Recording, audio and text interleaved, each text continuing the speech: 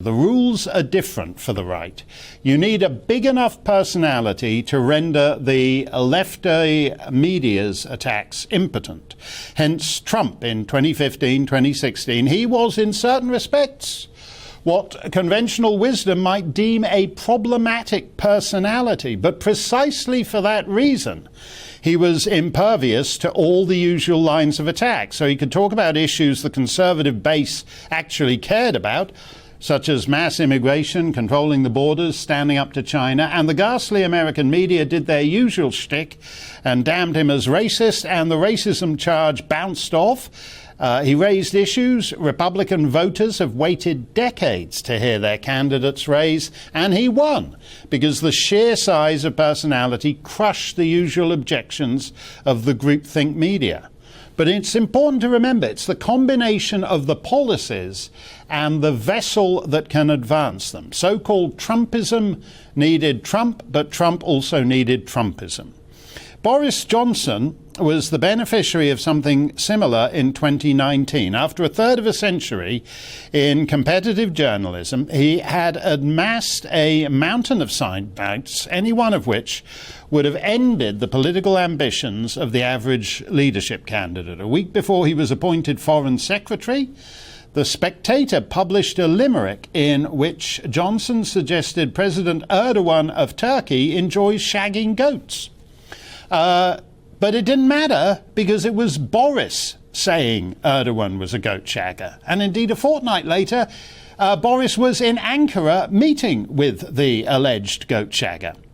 Just as Trumpism required Trump, so Brexit required Boris. Had, say, this week's coming man, what's his name? Jeremy Hunt, God help us. Had Jeremy Hunt won the leadership race in 2019, we would have had an ever weedier and more watery Brexit stalling in the Commons until an election was called, which he and the Tories would have lost.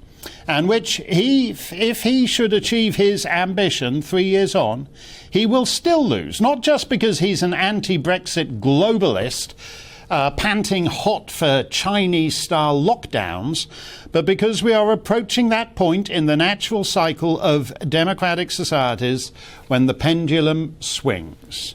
1997, 2010, 2010, 2024. It will require enormous force to arrest that swing. In 1997, the Tories seemed totally clapped out and exhausted, but we had a decade of Thatcherism to show for it. In 2010, Labour likewise had delivered to its base Tony Blair's awful demolition of the House of Lords, open borders on immigration, all kinds of things that please Labour voters.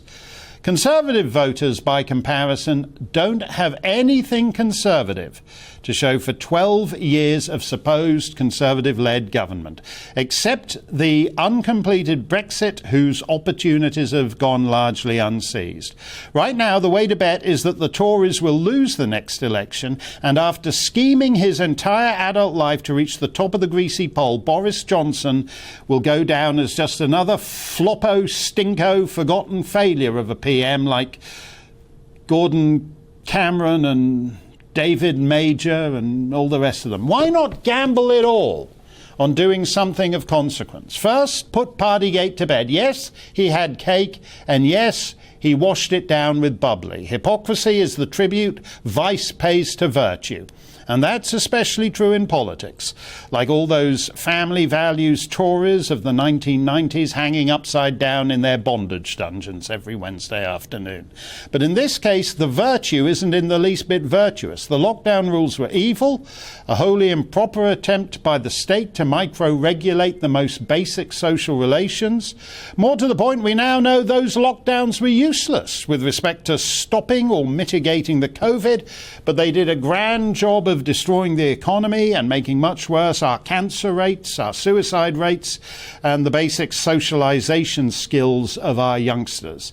I suggested months ago on this show that the Prime Minister should announce he's quashing all the lockdown penalties and the attendant criminal records, because no government should ever presume to tell the citizen that he's not free to sit in the garden with his mates over a Victoria sponge and a bottle of wine.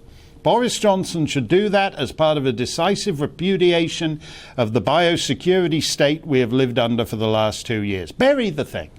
I'm a flawed man, not just because I broke the rules, but because I imposed the rules in the first place. I shouldn't have done that. They are an affront to the most basic precepts of English liberty.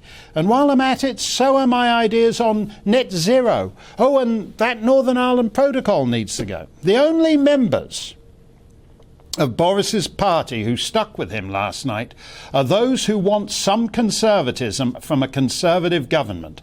That's the political reality. But Boris Johnson only cares about Boris Johnson. So look at it in your own terms, Boris. Right now, you've bought a one-way ticket on the Oblivion Express to Flop City. Billy Bunter becomes PM and gets done in by a cake. I read that when I was 9, and so did you. A move to the right is the only possible escape route.